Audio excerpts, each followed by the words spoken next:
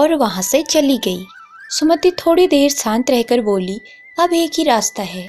वो बोली, मुझे उस आश्रम में जाना होगा। आज सोमवार है, बस होटल शनिवार और रविवार को जाऊंगी। इससे पहले मैं वहाँ से कुछ न कुछ सबूत ले आऊंगी। अनिकेत ये सुनते ही मना कर देता है, नहीं सुमति, ये बहुत खतरनाक होगा। नैना बोली, पर हमारे पास यही रास्ता है। अनिकेत बहुत मुश्किल से माना इस सब के लिए। नैना बोली, अनिकेत तुम सुमति को एक बड़ा मोबाइल और माइक्रो कैमरा दे दो। सुमति को वो सभी दस्तावेज के बारे में बता दो जिनकी हमें ज़रूरत है, और कैमरा कैसे चलेगा ये सब अच्छे से समझा दो। अनिकेत ने सारी बात सुमति को अच्छे से समझा दी। मोबाइल और कैमरा कैसे सेट करना है सब कुछ सुमति जल्दी ही समझ गई। ना चाहते हुए भी सुमति को वहाँ जाना पड़ा। सुमति वहाँ जा रही थी तो अनिकेत को लग रहा था जैसे कोई उसकी जान ही ले जा रहा है। सुमति आश्रम पहुंची और वार्डन मैम के पास जाके रोते हुए बोली, मुझे माफ़ कर दीजिए, मुझे पता चल गई है मेरी गलती, मेरा कोई नहीं यहाँ से भाग मैं भैया भाभी के पास गई, उन्होंने भी मुझे अपने घर से निकाल दिया, मुझे माफ़ कर वापस अपनी शरण में ले लीजिए।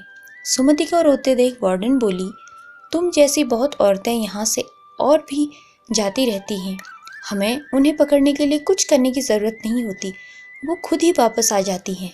चलो अच्छा है तुम समझ गई, तुम लोगों को ऐसे ही जीना है, इस बात को जितना जल्दी समझ सको समझ लो। सुमति अपने कमरे में गई। कुसुम ये देख चौंक गई। तब सुमति बोली, मैंने भी सोचा क्या लड़ाई लड़ें, हमारी ज़िंदगी तो वैसे भी बेरंग है, ये नरक में ही जीना है हमें, तो यही सही, मैंने भी हालात से समझौता कर लिया है। आधी रात सुमति सबसे बच के वहाँ के कार्यालय के उस कमरे में पहुंची जहाँ सारे दस्तावेज थे, पर वहाँ ताला लगा था। सुमति ये देख वापस कमरे की ओर जैसे ही मुड़ी तो देखा सामने कुसुम खड़ी थी। सुमति उसे देख बुरी तरह डर गई। कुसुम बोली, मुझे शक था तुम वापस सबूत जुटाने आई हो, घबराओ मत, मैं तुम्हारी मदद करूंगी। सुमति को थोड़ा सुकून मिला। कुसुम ने बोला, इसकी चाबी वार्डन के पास रहती है, मैं जैसा बोलती हूँ तुम वैसा करती जाओ बस। सुमति ने हाँ में सिर हिलाया। सुमति और कुसुम दोनों अपने कमरे में वापस आ गई। तब कुसुम बोली, तुम यहीं रुको, मैं चाबी लेके आती हूँ। कुसुम वार्डन मैम के कमरे में गई, दरवाजा खटखटाया। थोड़ी देर में कमरे का दरवाजा खुला। वो नींद में बोली, क्या हुआ, इतनी रात में कहाँ आफत आ गई। कुसुम बोली, मैडम सुमति की तबीयत ठीक नहीं, उसको बहुत उल्टियाँ हो रही हैं, कोई दवा हो तो दे दो। वार्डन मुंह बनाते हुए बोली, फर्स्ट एड बॉक्स तो ऑफिस में है, अब इतनी रात को कौन जाए, ये लो चाबियाँ, ऑफिस खोल के दवा दे देना और वापस लाके यहीं रख देना। कुसुम चाबियों का गुच्छा लेके तेजी से सुमति के पास गई। सुमति चाबियों को देख खुशी से पूछने लगी, कैसे मिली। कुसुम ने सारी बात कह सुनाई।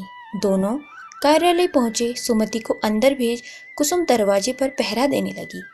अनिकेत ने जैसा बताया सुमति ने वैसे वैसे पेपर की फोटो ले ली और कुछ फाइल साथ में ले ली। जल्दी से बाहर आई। कुसुम ने जल्दी से ताला लगा चाबी मैडम के पास दे आई। डर के मारे दोनों को पसीना आ रहा था। सुमति ने बताया, अब ये फाइल अनिकेत के पास पहुंचानी है।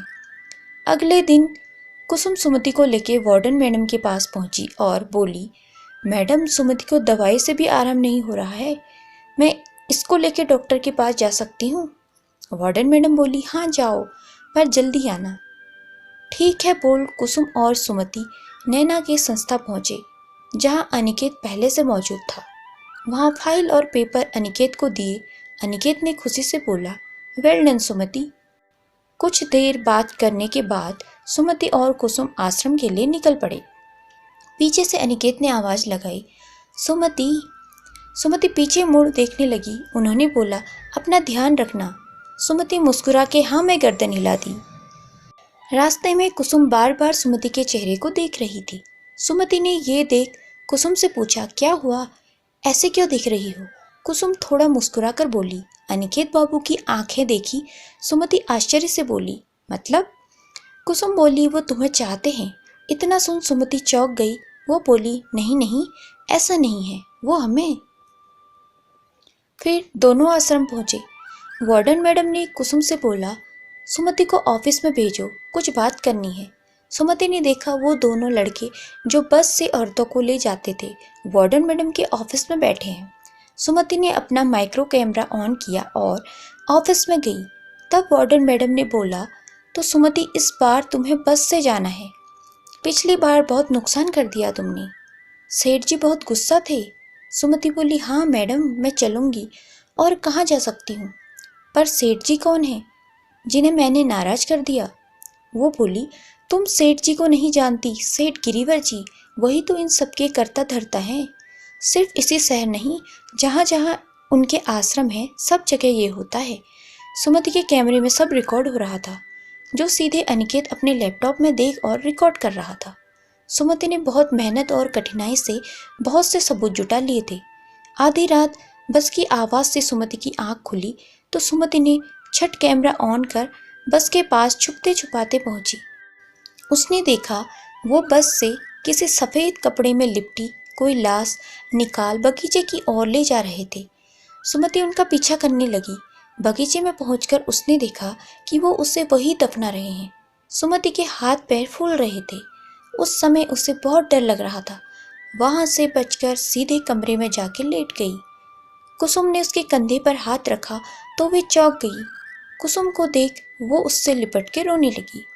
कुसुम ने पूछा, बता तो, कहाँ गई थी, क्या हुआ? सुमति ने सारी बात बताई। कुसुम ने बोला, हाँ, यहाँ अगर कोई ज़्यादा उम्र का हो जाए या गर्भ ठहर जाए तो मार के बगीचे में गाड़ देते हैं। सुमति ने आंसू साफ करते हुए बोला, कुछ भी हो जाए इन्हें नहीं छोड़ूंगी, सबको इंसाफ दिलाऊंगी। कुसुम ने बोला, कल तो शनिवार है, तुम सुबह ही यहाँ से चली जाना। सुमति बोली, नहीं, मैं भी साथ जाऊंगी, रंगे हाथ पकड़वाना है इन्हें। मैं पहले ही अनिकेत को बता दूंगी, वो पुलिस लेके होटल आ जाएंगे, साथ ही उन लोगों को भी पकड़ेंगे जो इन सब को बढ़ावा देते हैं। अगले दिन सुमति ने ऐसे ही किया। अपने फ़ोन का GPS चालू कर दिया और फ़ोन अपने आंचल में छुपा के बस में बैठ गई। सुमति और कुसुम बहुत घबरा रही थी। इस बार किसी दूसरे होटल पहुंचे थे। सबको एक एक कर कमरे में भेजा जा रहा था। सुमति बेसब्री से अनिकेत का इंतजार कर रही थी। सुमति को भी एक कमरे में भेजा गया। सुमति का डर बढ़ते जा रहा था।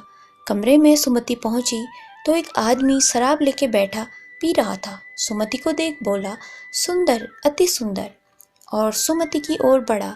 सुमति परिस्थिति संभालते हुए बोली, इतनी भी क्या जल्दी है? पर सुमति के माथे पर चिंता की लकीरें उभर गई। वो सोच रही थी, अभी तक अनिकेत क्यों नहीं आया? थोड़ी ही देर में शराब खत्म हो गई। वो सुमति की ओर बढ़ा। सुमति अब बहुत ज्यादा घबरा गई।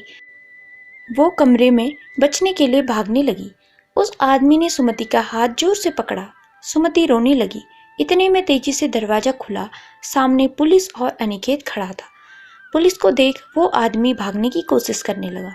अनिकेत सुमति के पास पहुंचा तो सुमति अनिकेत से लिपट के रोने लगी।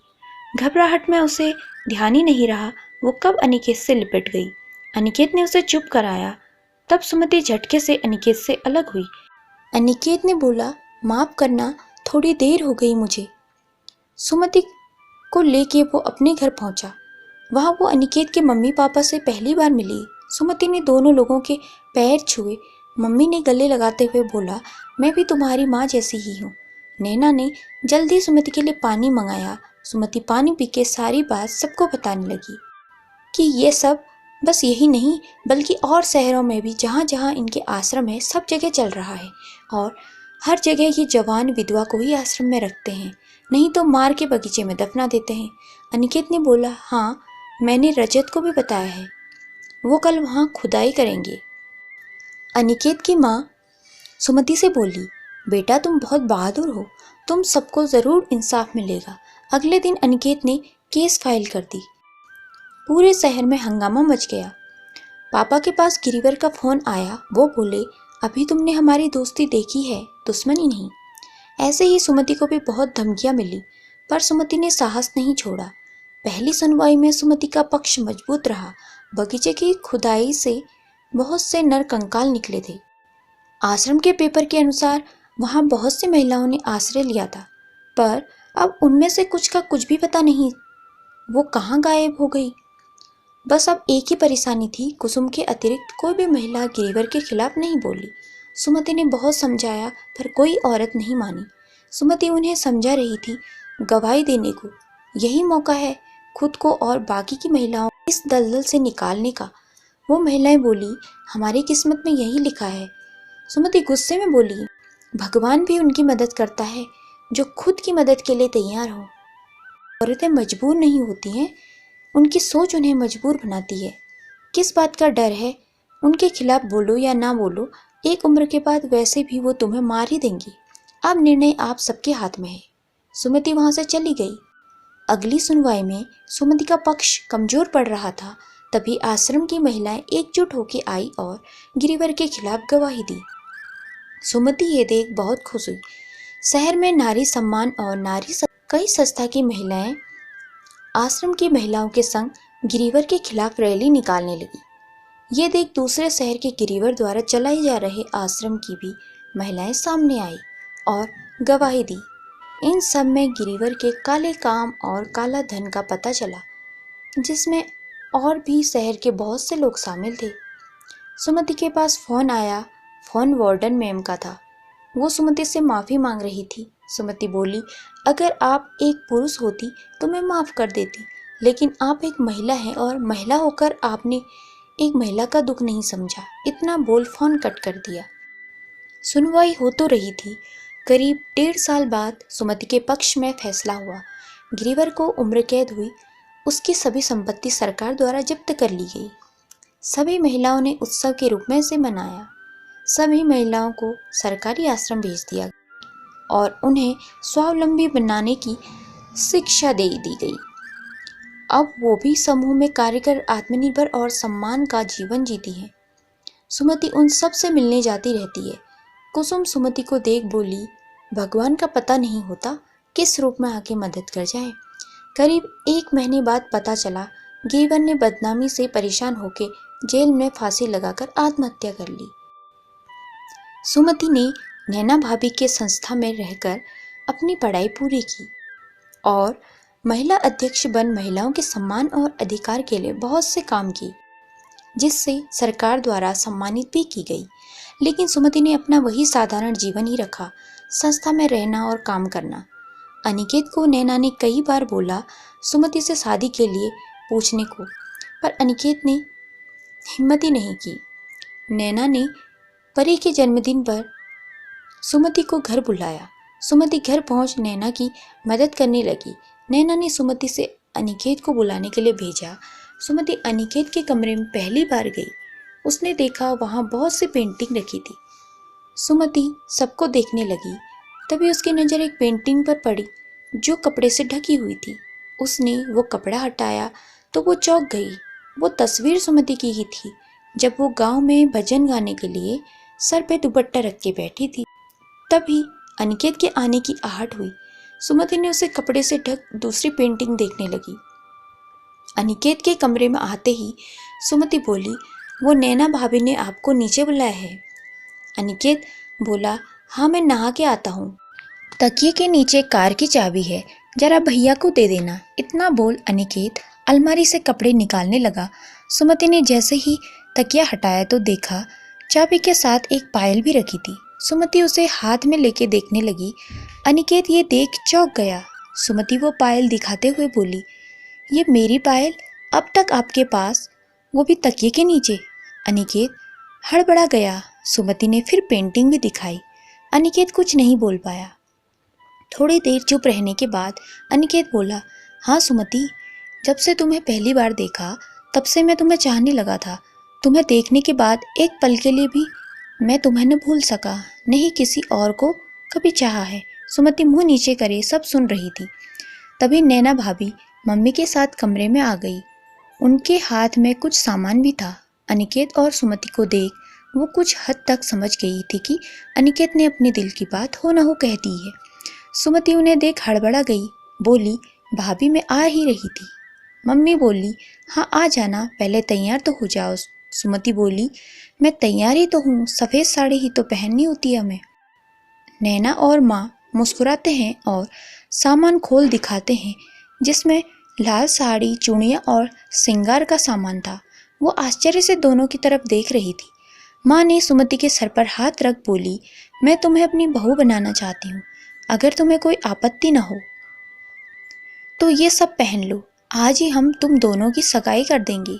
सुमति आंखों में आंसू लिए बोली, आप लोगों का वैसे ही बहुत एहसान है हम पर, लेकिन सब लोग मुझे अपशगुन बोलते हैं।